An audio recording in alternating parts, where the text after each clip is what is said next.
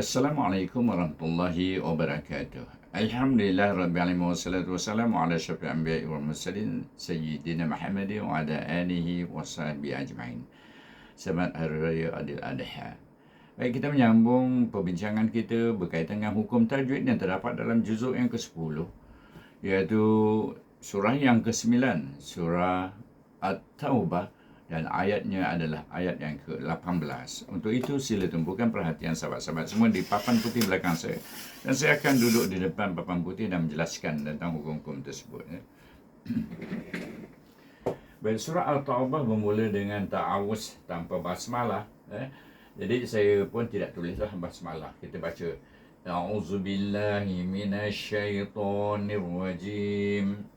Baik, kalimah yang pertama ialah innama, kemudian ya'mur, kemudian masajid, kemudian kalimah Allah, man, kemudian amana, kemudian billah, kemudian wal yaum, kemudian kita jumpa al-akhir, kemudian wa aqam, kemudian as-salah, dan kemudian wa ata, kemudian az-zakah, kemudian walam kemudian yakhsh illa, kemudian Allah. Kemudian kita jumpa kalimah fa'asa, ulaik, dan yakunu, kemudian min, kemudian al-muhtadin.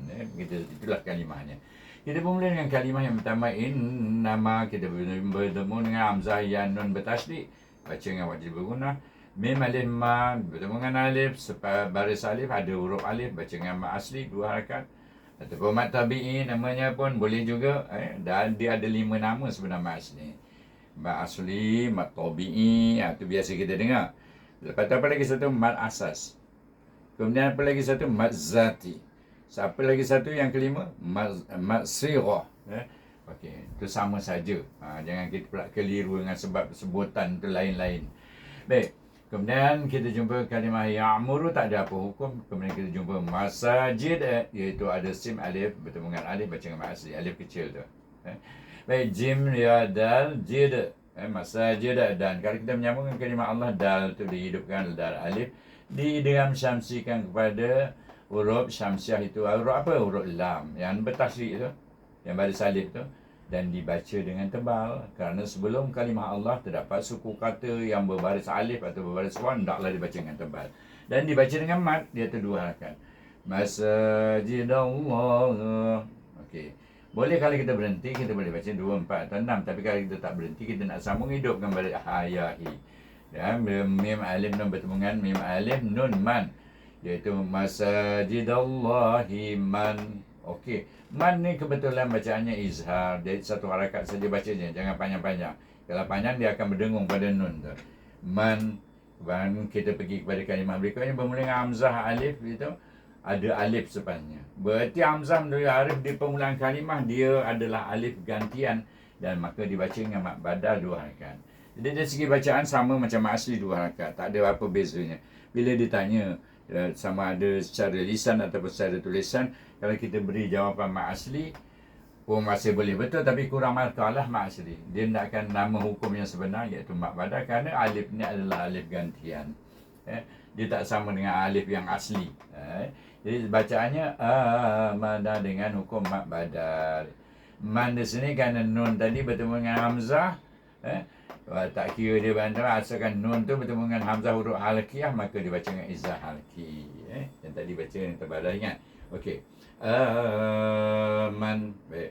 Nak sama dengan kalimah billahi, amana billah, iaitu billah, iaitu diidghamkan dulu ba kepada huruf lam, kerana ba berbaris siang, maka dibaca dengan nipis. Saya bukan gunakan ringkasan huruf N, nipis. Tapi 2 itu apa? 2. Maknanya dibaca panjang 2 harakat, lebih daripada 1 harakat lah. Iaitu amana billahi wal yaum. Hidupkan balik semula dan bertemu dengan waw alif, iaitu huruf kamariyah, alif lam kamariyah. Maka waw bertemu dengan alif lam kamariyah, maka dibaca dengan izzah kamari. Nampak anak panah tu? Ini idiom samsi. Baik. Kemudian wal, ni ya alif ya bertemu dengan waw, waw sebenarnya huruf berbaris alif. Apa hukumnya? iaitu waw akan bersifat lin, bacaan lin. Mim ya mi, bertemu dengan alif lam kamariyah juga. Maka kita baca dengan izah kamari. Hamzah, alif. Tapi kenapa pula diguna MSBB ni? Iaitu macam mak badal bacaannya. Sama, iaitu dengan mak asli bacaannya. Kadar mak asli, iaitu 2 harakat. Sini pun 2 harakat. Nampak macam mak badal. Tapi dia bukan mak badal kerana alif ini adalah asli. Ataupun orang putih cakap original. Original alif, bukan ganti-ganti. Jadi sebab tu dia panggil kerana menyerupai mat sabibi badan, menyerupai mat badal. Bacaan dengan mat.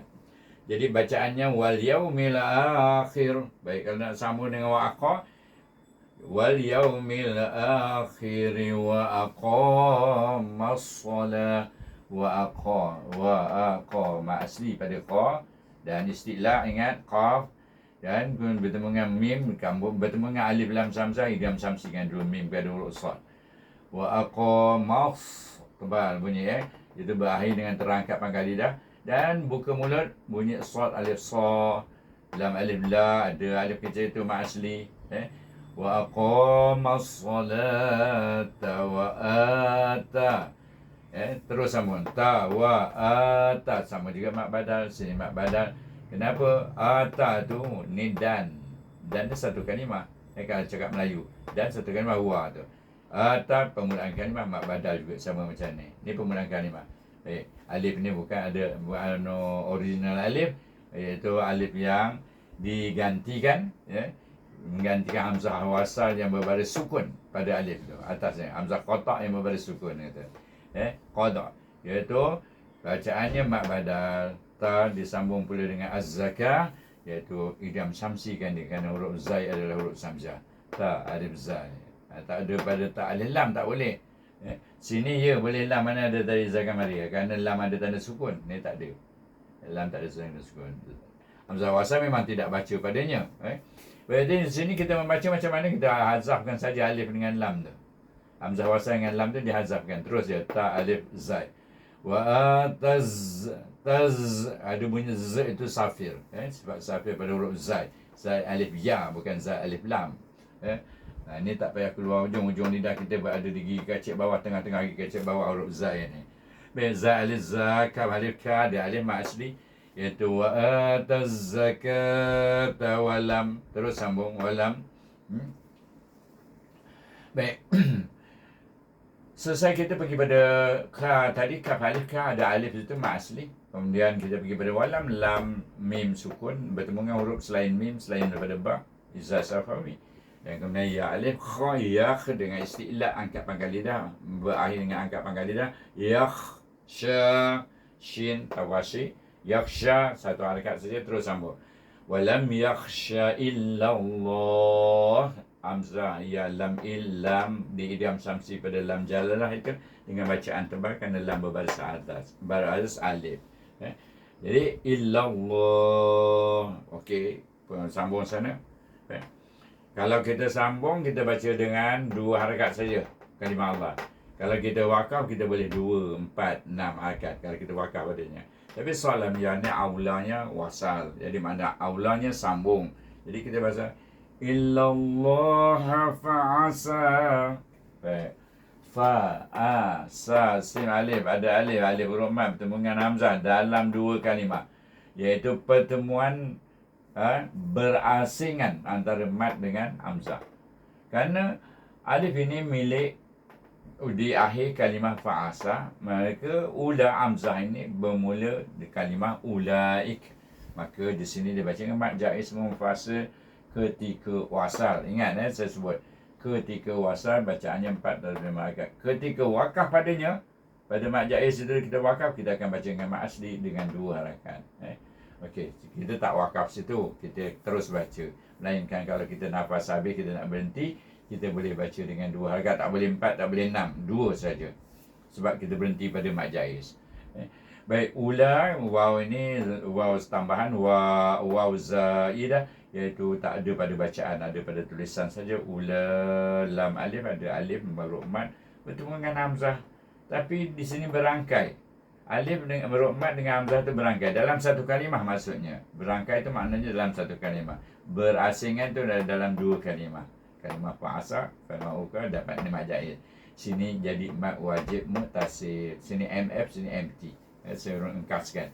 Jadi bacaannya 45 rakaat sama ada wakaf atau wasal. Sebab dia duduk di tengah kalimah. Kalau hamzah ni duduk di hujung, yasha tu boleh baca sampai 6. Ini wakaf atau wasal. Bila wakaf boleh baca 6. Kalau hamzah di hujung ni di tengah, mana wasal atau wakaf tetap 4 atau 5 rakaat. Ulaika ayyakunu hamzah alif nun sakinah. Ni satu perkataan ni. Ataupun satu kalimah an ni. Tapi dia bertemu dengan ya, baca dengan idgham al-gunnah, idgham nakis ni. Huruf ya adalah huruf idgham nakis, idgham yang tak sempurna, maknanya hamzah terus masuk pada ya, masih kekal dengan dengung 2 harakat, tapi walaupun nun zat nun tu dihazafkan. Baik, yakunu. Baik, perhatikan ku, nu, dua-dua ni dibaca dengan maksud 2 harakat. Min, baik, kalau baca dia min, sukunkan nun. Tapi kalau kita menyambung, dia bertemu dengan alif lam kamariyah. Kita baca dengan izah kamari. Minal, mana izah pada huruf lam. Macam sini, pada huruf lam. Sini juga pada huruf lam, izah kamari.